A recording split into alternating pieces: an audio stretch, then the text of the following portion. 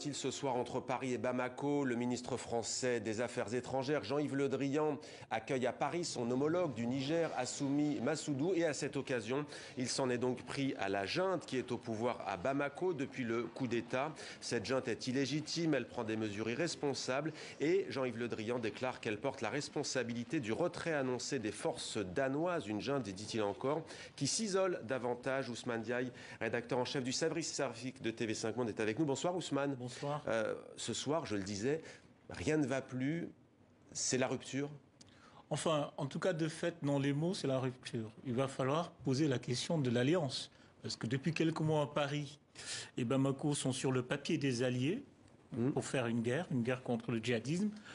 Et dans la réalité politique et diplomatique, sont des ennemis. Il y a une forme d'adversité, il y a une escalade, des mots.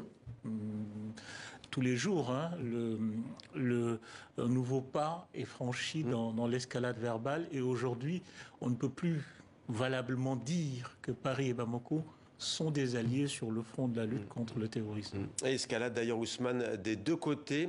Et pour cause, Florence Parly, la ministre française des Armées, a accusé pas plus tard qu'hier les militaires au pouvoir à Bamako de multiplier les provocations. Le colonel Abdoulaye Maïga s'est livré à une virulente charge contre la ministre française des Armées. Écoutez plutôt. Le Mali aujourd'hui tient au respect de sa souveraineté.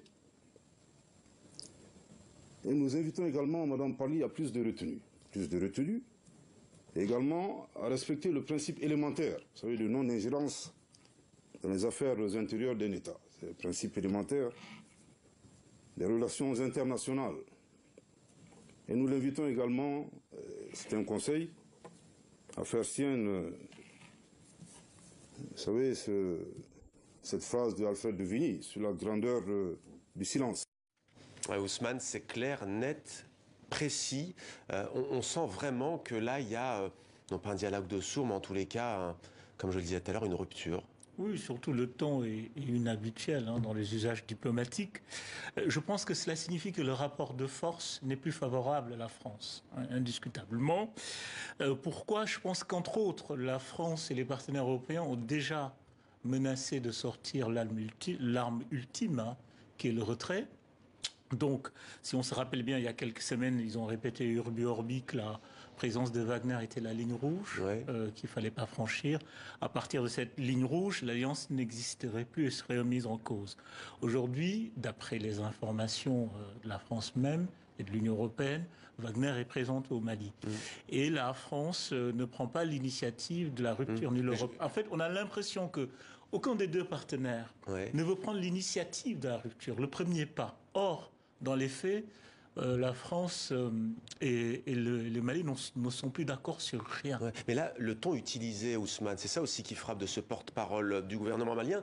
C'est aussi une certaine confiance. Là, on sent qu'il y a un cap qui a été franchi. Et le Mali dit, en tout cas la junte dit, de toute façon, on n'a plus besoin de vous. En clair, on a l'alternative qui sont les Russes, en tout cas le groupe Wagner.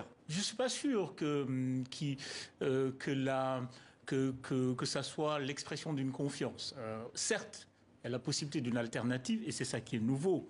C'est-à-dire aujourd'hui, les Russes ont réussi quelque chose de très important au Sahel. Ils ont réussi à se positionner aux yeux des opinions publiques et aux yeux des dirigeants comme une alternative crédible à la stratégie sécuritaire française.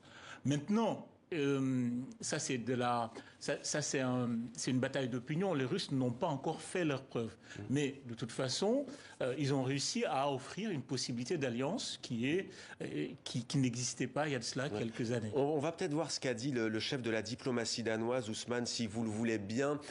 Voilà, quand je disais que c'était un retrait contre la volonté du Danemark, lisez plutôt. Nous sommes là à l'invitation du Mali. Les généraux putschistes, dans un jeu politique sale, ont retiré cette invitation parce qu'ils ne veulent pas d'un plan rapide pour un retour à la démocratie. Ousmane, la force Takuba est-elle ce soir menacée? On rappelle que c'est une task force qui est sous commandement de la force Barkhane, commandement français. Oui, elle était menacée depuis plusieurs jours, depuis plusieurs semaines même. Il faut se rappeler qu'au début, au commencement de Takuba, était la volonté de la France de transmettre, de sortir de Barkhane, et Takuba devait prendre le relais. Aujourd'hui, la Suède s'est retirée unilatéralement de Takuba. Il y avait une vraie difficulté à rassembler les forces nécessaires. La participation de chacun des pays européens n'était pas garantie. Aujourd'hui, le Danemark qui retire ses troupes. Je pense que Takuba n'a plus vraiment d'avenir. Qu'aujourd'hui, la question qui se pose, finalement, c'est plus la question du déploiement, c'est la question du retrait. Maintenant, la question, c'est est-ce que l'Europe et la France peuvent porter la responsabilité d'un retrait? C'est très complexe, la question du retrait. Elle est complexe parce que, un retrait signifie quelque part laisser le tapis rouge aux Russes, alors qu'on sait que dans une bataille géopolitique qui dépasse le Sahel, c'est un enjeu stratégique, c'est un enjeu capital.